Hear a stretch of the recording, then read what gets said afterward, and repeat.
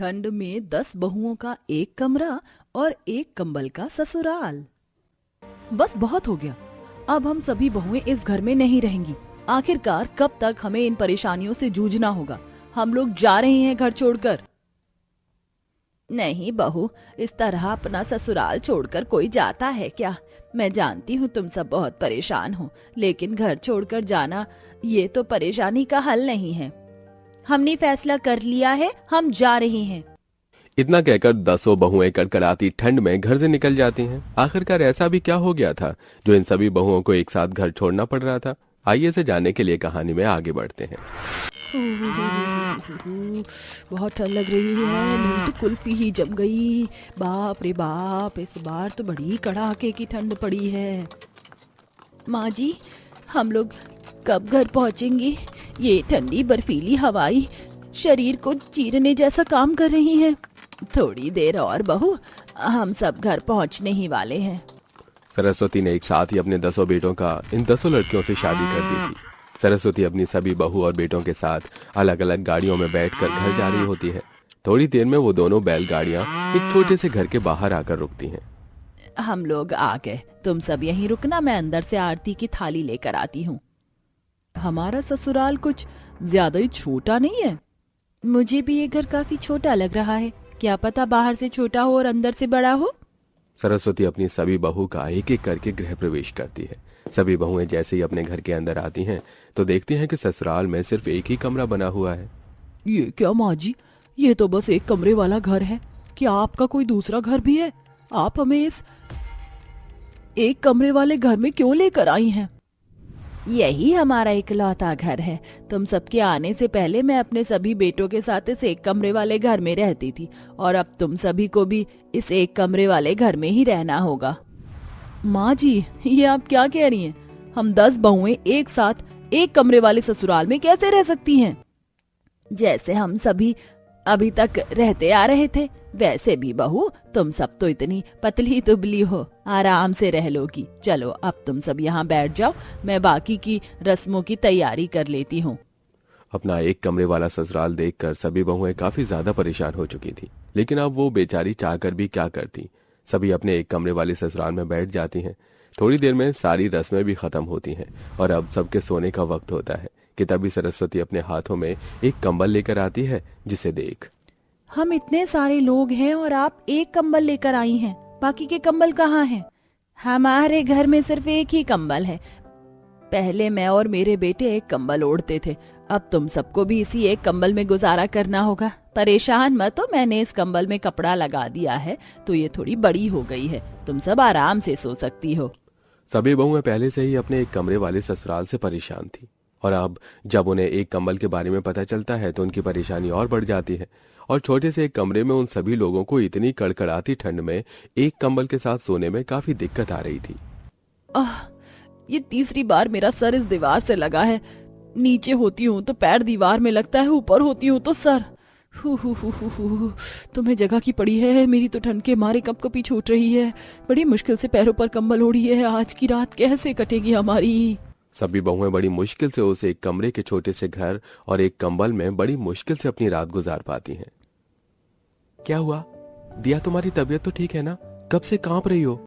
तो और क्या करूं, एक तो एक कमरे वाले ससुराल में हाथ पैर फैलाने की जगह नहीं है, और ऊपर से सारी रात उस कंबल में गुजारना।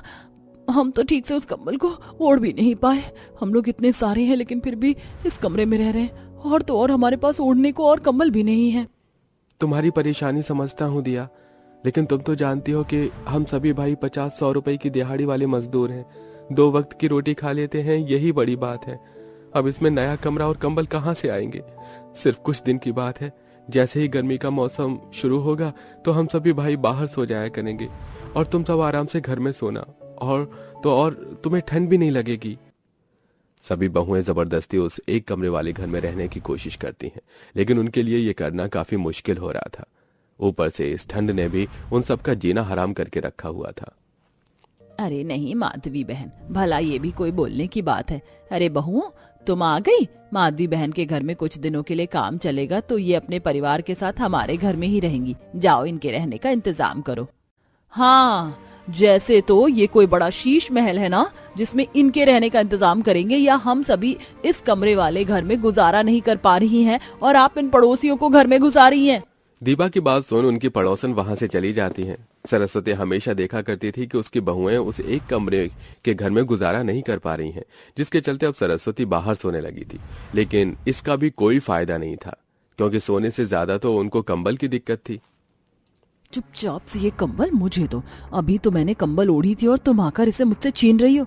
इतना ही कंबल ओढ़ने का शौक है तो अपने मायके से मंगवा लो ना। मुझे ना ही दिन में कंबल मिलती है और ना ही रात में। ठंड से ठिठुरती हूँ, मर जाऊं क्या?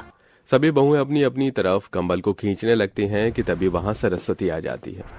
अरे बहू, ये तुम क्या कर रही हो? कंबल फट जाएगी तो फटने दीजिए ना माँ जी। आप कौन सी नई कंबल लेकर आ जाएंगी? उस दिन भी इतने सस्ते कंबल वाला आया था, लेकिन आपने एक कंबल भी नहीं खरीदा।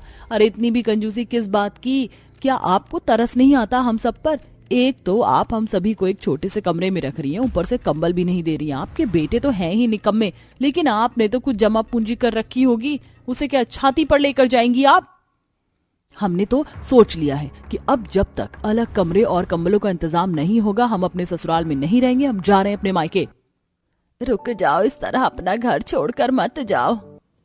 सभी बहुएं घर छोड़कर चली जाती हैं और जाकर एक पार्क में बैठ जाती हैं। जैसे ही शाम होने को आती है, अब वैसे वैसे ठंड बढ़ने लगती है। ठंड तो काफी बढ़ गई है। हम पागल थे जो घर छोड़कर यहाँ चले आए हैं। चलो जल्दी से वापस घर चलते हैं। सभी बहुएं जो थोड़ी देर पहले घर छोड़कर गई थी, वहीं वापस अपने ससुराल आ जाती हैं। लेकिन जैसे वो ही अपने घर पहुंचती हैं, ये क्या हो गया? मेरी वजह से मेरी बहुएं घर छोड़कर चली गई। भगवान, तू तो जानता है कि मैंने कभी अपने पास पैसे रखकर सामने वालों को मना नहीं किया।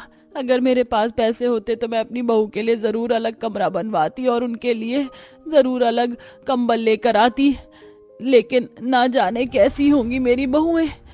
उन्हें वापस घर भेज दे भगवान। बहुत ठंड हो रही है, कहीं किसी की तबीयत खराब हो गई तो। अपनी सास की ऐसी बातें सुनकर सभी बहुओं को काफी दुख होता है। हमने माँ जी को कितना कुछ सुना दिया, लेकिन उन्हें हमारी कितनी फिक्र है। अब हमें ही कुछ करना होगा और परेशानी से निकलना होगा, लेकिन हम करेंगे क्या? हम सब मिलकर कोई काम शुरू कर लेते हैं। जैसे कि ठंड का मौसम है तो हम लोग चाय बनाकर बेच सकते हैं, और हमारे घर के पीछे इतना बड़ा मूंगफली का खेत है तो हम भून कर मूंगफलियां और मूंगफलियों में गुड़ मिलाकर उसकी गजक बनाकर भी बेच सकते हैं। और मुझे तो ऊन से स्वेटर बनाने भी आते हैं, तो क्यों ना मैं स्वेटर बना लूं। तारा का आइडिया सभी को काफी पसंद आता है, जिसके बाद अब सभी अगले दिन से ही अपने काम की शुरुआत करती हैं।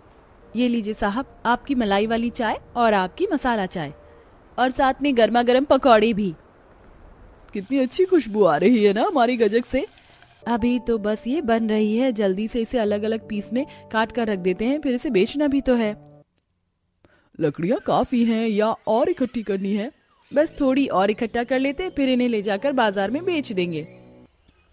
कितना प्यारा स्वेटर लग रहा है ना। जब हम सभी को बच्चे होंगे ना, तो मैं उन सभी के लिए बिल्कुल ऐसा ही प्यारा प्यारा स्वेटर बनाऊंगी। बड़ा ही प्यारा स्वेटर है, मन तो कर रहा है इसे मैं ही पहन लूं। कंबल की फैक्ट्री में कितने सुंदर सुंदर कंबल है ना। काश हम भी ऐसे कंबल खरीद पाते, लेकिन ये कंबल तो काफी महंगी है। मुझे नहीं लगता कि हमारी हैसियत है इसे खरीदने की।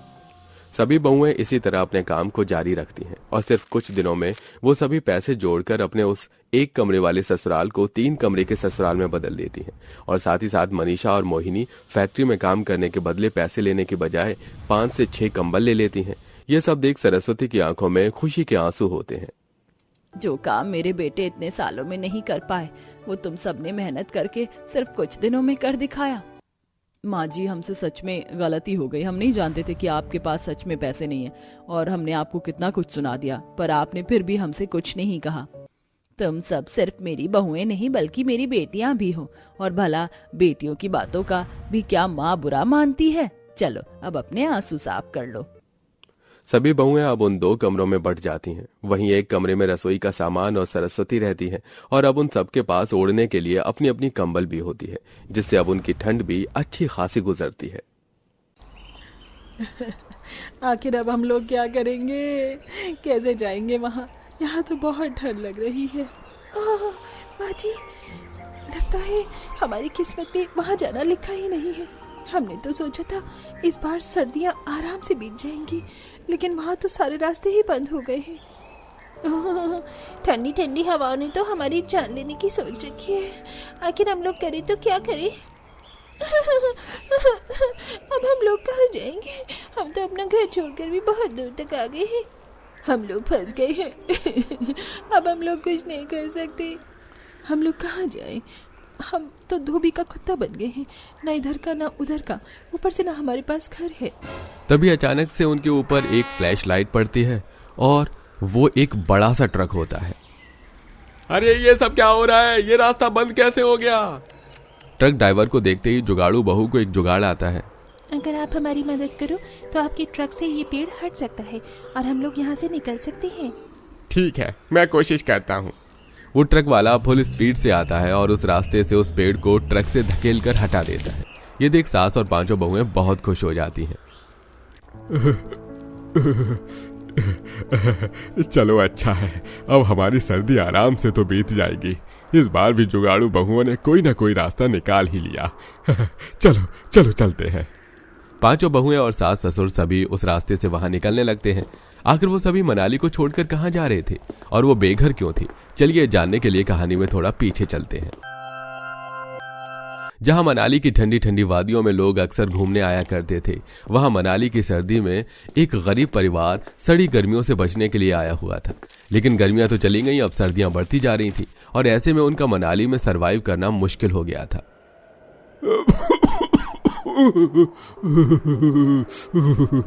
लगता है मुझे सर्दी लग गई है और ये खांसी तो जाने का नाम ही नहीं ले रही।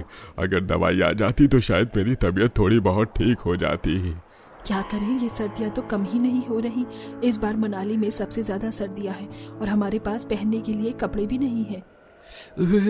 जब देखो पहाड़ पर बर्फ गिर जाती है, इसी के चलते टूरिस्ट ने आना बंद कर दिया। हमारी कोई कमाई भी नहीं हो रही है। अगर यहीं पर रहेंगे तो शायद हम भूखे ही मर जाएंगे और ठंड से तो जरूर मर जाएंगे। हमें कहीं काम ढूंढने के लिए निकलना चाहिए भाई। लेकिन मनाली में तो कहीं पर भी काम मिलने से रहा। हमें यहाँ से दूर जाना होगा, जैसे छोटे मोटे शहरों की तरफ। वहाँ पर बहुत कंपनियां होती हैं। हमें कहीं भी काम मिल जाएगा। लेकिन हमारे परिवार वालों का क्या होगा? माँ, क्या आप लोग हमारे बिना रह पाओगे? परेशानी तो अभी भी उठा ही रहे हैं, है ना बेटा? तुम चले जाओ, क्या पता तुम्हारे जाने से हमारे हालात सुधर जाए। सविता के कहने पर उसके पांचों बेटे मनाली से चले जाते हैं काम ढूंढने के लिए। लेकिन जैसे जैसे सर्दियां आती हैं वैसे वैसे मनाली के हालात बिगड़ते जाते हैं। इसी बीच उनके पास उनका जो घर था वो मजबूरियों के चलते अपना घर भी बेच देते हैं। अरे, हमारे घर की परेशानियों के चलते हमने घर तो बेच दिया, लेकिन और कब तक हम इस किराए के मकान पर रह पाएंगे? पैसे भी खत्म होने वाले हैं, पता नहीं हमारे बेटे वापस कब आएंगे। सविता के बेटों को गए हुए काफी समय हो जाता है और उन्हें मनाली की कड़ी ठंड में बिना बिस्तर बिना गर्म कपड़ों के रहना पड़ता है। पैसे खत्म होने के बाद किराया भी नहीं जा पाता, जिसके चलते मकान मालिक उन्हें घर से निकाल देता है। पांचों बहू जुगाड़ लगा कर अपना तंबू बनाती हैं। उन्हें मनाली में कुछ भेड़ मिल जाती हैं जिनके ऊपर ऊन होता है। ये तो वही भेड़ है जिसे ऊन बनाया जाता है। हमारे पास गर्म कपड़े नहीं है, हम इसका इस्तेमाल अपने बिस्तर, छत और कपड़ों के लिए कर सकते हैं। तुम्हारा सुझाव अच्छा है। पांचों बहू उन भेड़ों के ऊपर से ऊन निकाल लेती हैं, जिससे वो अपने तंबू के अंदर बिस्तर बनाती हैं। अपनी सास और अपने लिए स्वेटर भी बना लेती हैं। बचे हुए ऊन से वो छत को ढक देती हैं, जिससे थोड़ी गर्माहट होती है। चलो, थोड़ी सी तसल्ली तो हुई। अब हमें सोने बैठने में परेशानी नहीं होगी। बहुत भूख लगी है, कुछ खाया भी नहीं हम लोगों ने। अगर हमें थोड़ी सी लकड़ी मिल जाए तो हम चूल्हा बनाकर खाना बना लेंगे। थोड़ा बहुत राशन तो पड़ा ही है। गीता बबीता दोनों मिलकर लकड़ियां इकट्ठा करती हैं और चूल्हा तैयार करके वो खाना भी तैयार कर लेती हैं। लेकिन उस रात मनाली में बहुत तेज तूफान आता है, जिसके चलते उनका तंबू का घर भी तहस नहस हो जाता है और वो फिर से बेघर हो जाते हैं। हे भगवान, इस तूफान ने तो सब कुछ बर्बाद कर दिया। अब हम लोग कहाँ जाएं इन सर्दियों में? मनाली में रहना आसान नहीं होगा। हमें यहाँ से जाना चाहिए, किसी और देश चलते हैं, जैसे रेगिस्तान। वहाँ हम आराम से रह सकते हैं और अपनी सर्दियाँ बिता सकते हैं। इस तरह पूरा परिवार रेगिस्तान जाने के लिए तैयार हो जाता है। रास्ते में मुसीबतें आती हैं, लेकिन मुसीबत का सामना करते हुए वो धीरे धीरे रेगिस्तान पहुंच जाते हैं, जहां उन्हें बहुत गर्मी लगती है। बहू, और कितना चलना पड़ेगा? कहीं पानी मिलेगा या नहीं? प्यास से मेरा गला सूख रहा है। सविता ऐसा कहने के बाद अचानक से बेहोश हो जाती है। हे भगवान, ये क्या हो गया? देखो, तुम्हारी सास बेहोश हो गई है। अब क्या करें? माँ जी के लिए पानी कहाँ से लेकर आए? हम लोगों को अलग अलग होकर पानी ढूंढना होगा, वरना माँ जी को कुछ भी हो सकता है। 5 बहू अलग अलग निकल जाती हैं। पांचों ही पानी ढूंढती हैं, लेकिन उन्हें कहीं पानी नहीं मिलता। आखिर में जाकर वो पांचों एक दूसरे को मिल जाती हैं। हे भगवान, हम में से किसी को भी पानी नहीं मिला। तभी आनंदी को कुछ दूरी पर एक कुआं दिखाई देता है। पानी मिल गया, पानी मिल गया, वो देखो, वो रहा कुआं। आनंदी कुएं के पास जाती है, लेकिन वो उसके मन का भ्रम होता है। वहां कोई कुआं नहीं होता। कहाँ पर है कुआं? यहाँ तो सिर्फ रेत है, आसमान से टपके और खजूर पर आकर अटके। आखिर अब हम करी तो क्या करी? तभी पांचों बहू को वहां कैक्टस का पेड़ दिखाई देता है। वो जुगाड़ लगाकर किसी तरह कैक्टस के पेड़ से पानी निकालते हैं और पानी निकालने के बाद अपनी सास को पानी पिलाकर होश में लाती है। अच्छा हुआ पानी तो मिला, लेकिन ये पानी तुम लेकर कहाँ से आई हो? हमें कैक्टस का पेड़ दिखा था, हमने उसी से पानी निकाला है। अगर हम चाहें तो यहाँ जुगाड़ से अपने रहने के लिए रेत का घर भी बना सकते हैं। हाँ, सही कहा। रेगिस्तान के लोग रेगिस्तान की मिट्टी सही बहुत कुछ बना लेते हैं। हम यहाँ अपने लिए घर भी बना सकते हैं, बस पानी की जरूरत होगी। इस तरह जुगाड़ लगाकर पांचों बहुएं मिलकर कैक्टस के पेड़ से पानी निकालते हैं और मिट्टी को इकट्ठा करके अपने लिए घर तैयार कर लेती हैं। इसी के साथ वो मिट्टी के बर्तन भी बनाती हैं। एक दिन पांचों बहू चलते चलते रेगिस्तान में बने गांव की तरफ पहुंच जाती हैं, जहां वो देखती हैं कि वहां सभी सुख सुविधाएं हैं। लोग दूर दूर से आकर वहां काम कर रहे होते हैं। इन लोगों को देखकर मुझे एक आइडिया आ रहा है। क्यों ना हम लोग रेगिस्तान की सब्जियां उगाना शुरू करें? बस हमें थोड़ा सा खाद और थोड़े से बीज चाहिए होंगे। उनके पास बचे हुए 2-4 पैसे थे। वो उनसे सब्जी उगाने के लिए बीज और खाद खरीद लेते हैं और अपनी घर के पास में ही वो कैक्टस से पानी निकाल कर सब्जी उगाने की कोशिश करते हैं। कुछ समय में उनकी सब्जियां उगना शुरू हो जाती हैं और इसी के साथ वो मिट्टी के बर्तन बनाकर बाजार में बेचना शुरू कर देती हैं, जिसके चलते वो कुछ पैसे कमा लेते हैं। इस तरह पांचों जुगाड़ू बहू ने परेशानियों का सामना किया और रेगिस्तान में जीना शुरू किया। एक दिन उनके पांचों पति टूरिस्ट की तरह रेगिस्तान में घूमने के लिए आए, जहां उन्होंने अपनी पत्नियों और माता पिता को देखा। अरे, तुम सभी लोग यहाँ रेगिस्तान में क्या कर रहे हो? हमने तो तुम्हें मनाली में छोड़ा था। बेटा, अब तुझे क्या बताऊं, मनाली में जितनी ठंड थी उतने में वहां रहना बहुत मुश्किल था। तुम लोगों ने आने में बहुत देरी कर दी, हमारा सब कुछ चला गया। अच्छा हुआ आप लोग आ गए। हमने यहाँ रहकर गुजारा तो किया, लेकिन जितना हमसे हुआ हमने किया।